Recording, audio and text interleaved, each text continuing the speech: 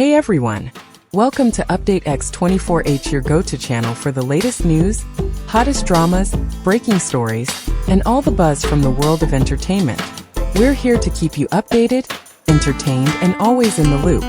Hit that subscribe button and join our growing family, because here at Update X24H, we bring you the news that matters, the drama you love, and the stories you can't miss. Thanks for being part of our community. Let's stay connected, stay updated, and keep the good vibes rolling. Imagine a street where the lights are on, but no one steps outside. A night when people whisper about bangs echoing between towers, and by morning, for sale signs quietly appear on windows that were open yesterday. The posts that try to name names vanish in a heartbeat. The comments that ask too much fall away like leaves in a storm. Whether each detail is provable or not, the feeling is unmistakable. Fear arrives faster than facts. Tonight we follow a thread that stretches from a Beijing estate with 2,483 households to a luxury flat in Sydney. Two places, one mood. Silence, as if truth itself is holding its breath. Our aim isn't to accuse, but to map the tension between power and transparency, to show how rumors thrive when information is scarce, and to offer practical ways to think clearly when emotions run hot. If this were your neighborhood, if you heard a scream or a single sharp sound, would you speak up? Or would you draw the curtains and hope the night forgets your name? Online testimonies depict a chaotic night. A woman allegedly runs towards danger. A middle-aged man is reportedly restrained. Others say they heard gun-like sounds. These are unverified claims, emotionally powerful, yes, but not yet evidence. What's observable is a shift in atmosphere. Residents discussing moving out. Neighbors avoiding eye contact. Timelines filled with clipped sentences and ellipses. In communication science, this is often called a spiral of silence. When people, unsure of the dominant opinion or worried about reprisals, stay quiet to protect themselves. Add in the modern internet's disappearing posts, and you get a perfect storm. Ambiguity breeds anxiety. Psychologically, we're wired to complete unfinished stories. The mind races to fill gaps with the most dramatic possibilities, especially when footage is grainy and context is thin. This is why it's vital to separate what we know from what we feel. Knowing is slow. Feeling is instant. Tonight, we won't look away from the feelings, but we will mark them clearly. On screen, everything labeled unverified/claim sits in one lane. Everything reported/observed sits in another. Between them lies the only path that ever leads to clarity. Patience, context, and better questions. Commentators speak of a towering umbrella. Powerful figures, automated takedowns, and a vast lattice of companies moving money across borders.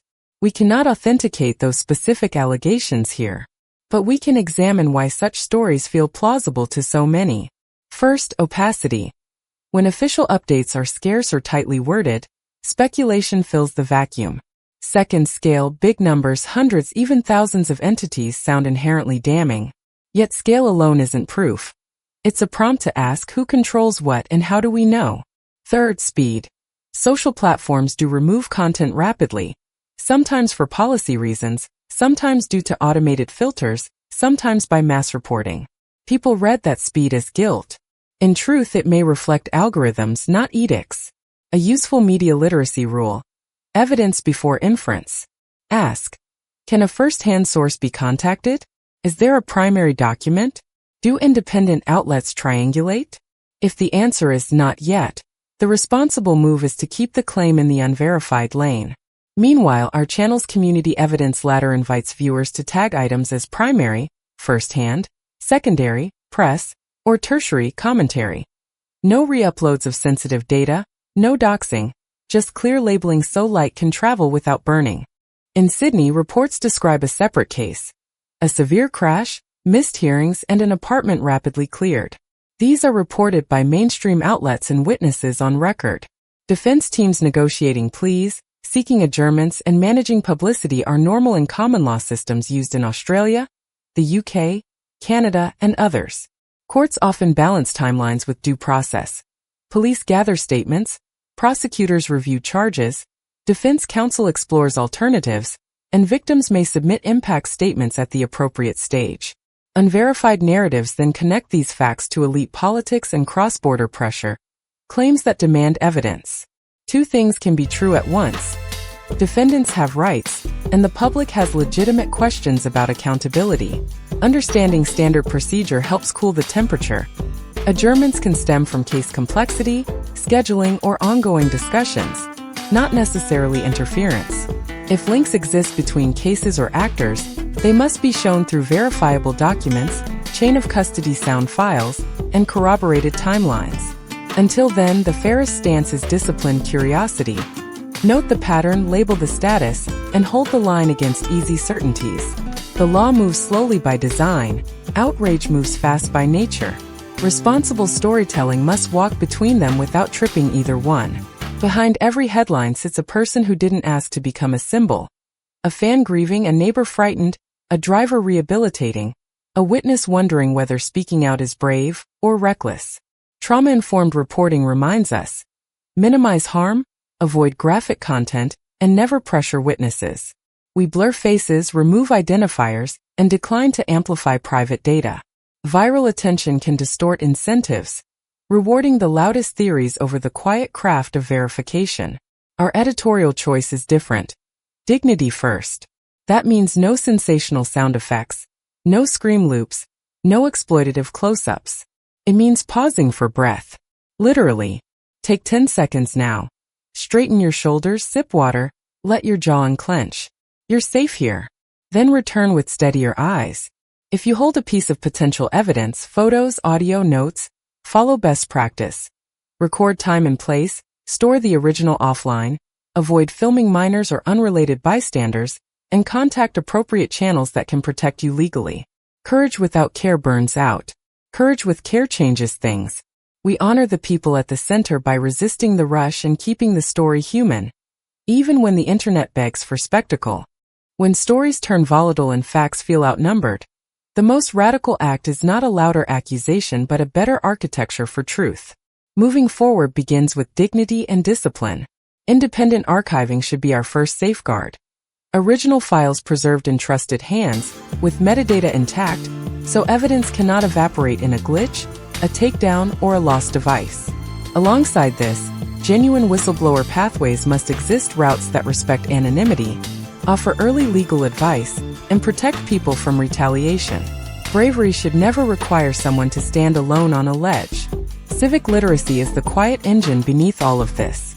Communities need simple, repeatable habits that make testimony stronger and safer. Record time and place. Capture context such as landmarks, clocks, and ambient sound. Avoid filming minors or uninvolved bystanders. Store raw files offline as well as in the cloud. Use neutral language in notes. Separate what you witness from what you inferred. These practices do not demand special tools, only attention, patience, and care. To turn many fragments into something legible, we can build a public timeline that privileges clarity over heat. A disciplined template, date and local time, general location, what was seen or heard in neutral terms, source type, firsthand, press, commentary, and a public link if available, allows patterns to emerge without inviting a vigilante hunt. Moderation is not censorship. It is stewardship. It removes doxing, threats, and graphic content so that signal can breathe. It centers the work on ideas, not identities. None of this replaces formal investigations. It complements them. Lawyers, journalists, and oversight bodies move cautiously because their conclusions must survive scrutiny. A community that documents cleanly helps them do so. Align timestamps, consistent descriptions, and primary sources that have not been tampered with reduce the fog in which rumor thrives. The goal is not to win the next hour of discourse but to make the next month of inquiry harder to derail. Truth has enemies: noise, haste, fear. And it has allies: patience, documentation, and 1,000 ordinary hands choosing care over spectacle. If we wish to honor those caught at the center of painful stories, we must resist both silence and the mob. Ask for evidence before inference. Protect the vulnerable before the viral. Build small, sturdy rituals that outlast the storm. In time, light arrives, not as a flash that blinds, but as a steadying beam by which we can finally read what happened together. If you've stayed this far, you've chosen patience over panic. Thank you. In the description, you'll find our timeline template, the evidence ladder, and resources on digital safety and basic legal process in common law jurisdictions. Use them, share them, improve them, We'll review community submissions in a follow-up episode, highlighting patterns that meet higher standards of verification. If you value calm, careful storytelling in noisy times, please subscribe and switch on all notifications. It's free, and it teaches the algorithm that nuance matters. Drop a thoughtful comment. What safeguards would you add? Which questions should we pursue next? And if you're here from the USA, South Korea, Japan, Thailand, Singapore, the Philippines, Australia, France, Canada, Indonesia, or anywhere in Europe, your perspectives enrich this conversation. Let's build a space where truth can breathe, where empathy is strength, and where we disagree without doing harm. Stay safe, stay kind, and keep asking better questions. We'll see you in the next chapter.